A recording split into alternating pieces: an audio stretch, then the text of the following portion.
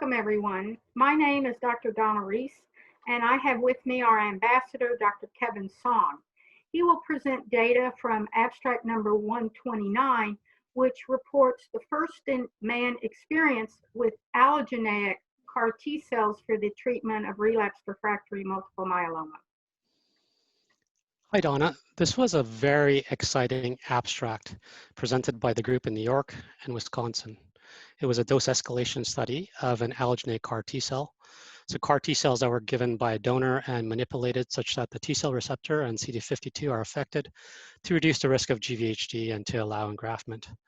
So interestingly, they were able to enroll 35 patients on the study, of which 31 patients received treatment, and ultimately 26 patients were assessed for efficacy. The median age of these patients was 65, 48% had high-risk disease, and 94% were penta-exposed. But the follow-up was relatively short at 3.2 months. What were the highlights from the outcome data that they presented? Well, importantly, in a study such as this, there are two major things that they're looking for. One is the safety, and the second is efficacy.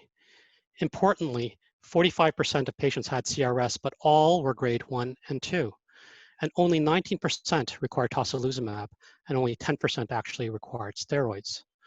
42% of patients had infections, but this is not surprising. But importantly, none of the patients had graft versus host disease.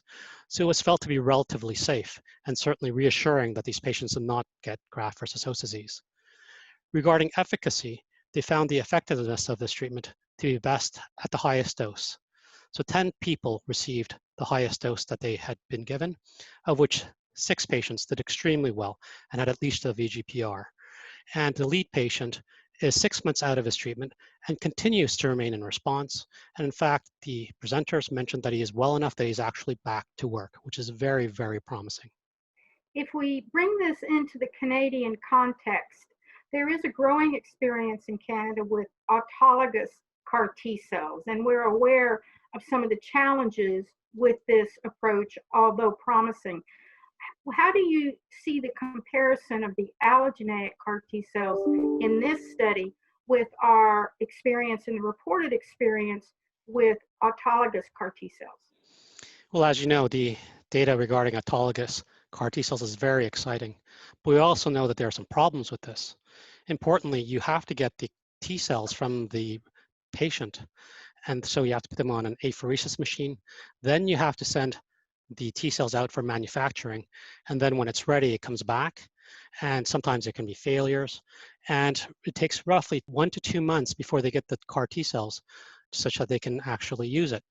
The difference with allogeneic CAR T cells is that they're off the shelf, meaning that they're already ready before you even have the patient. So interestingly, in this study, once they signed the consent form, they received the allogeneic CAR T cells within 5 days. So in fact, their myeloma didn't have a chance to progress and for them to physically deteriorate before they got it. So importantly, they did not require any bridging therapy. So importantly, compared to autologous CAR T cells, what you have is that you have a shortened manufacturing, or you have a different manufacturing process, such that the CAR T cells are available. And you also have the patient, once they're enrolled, they get the CAR T cells quite quickly. And so with this in mind, this can mitigate that issue of you having to wait for the patient to have the CAR T cells manufactured before you can give to them, during which time period they can deteriorate quite quickly. So this is very, very exciting.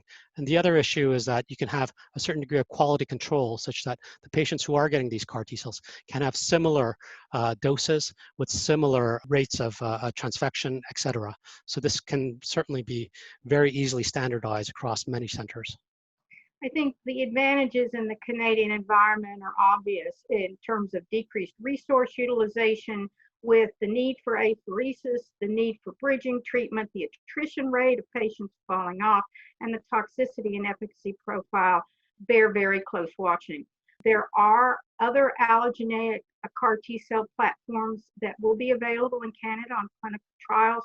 So this could be a reality through a trial, and hopefully, if it's as promising as it looks, eventually an option for our patients with relapsed disease. Thanks, Kevin. Thank you very much, Donna.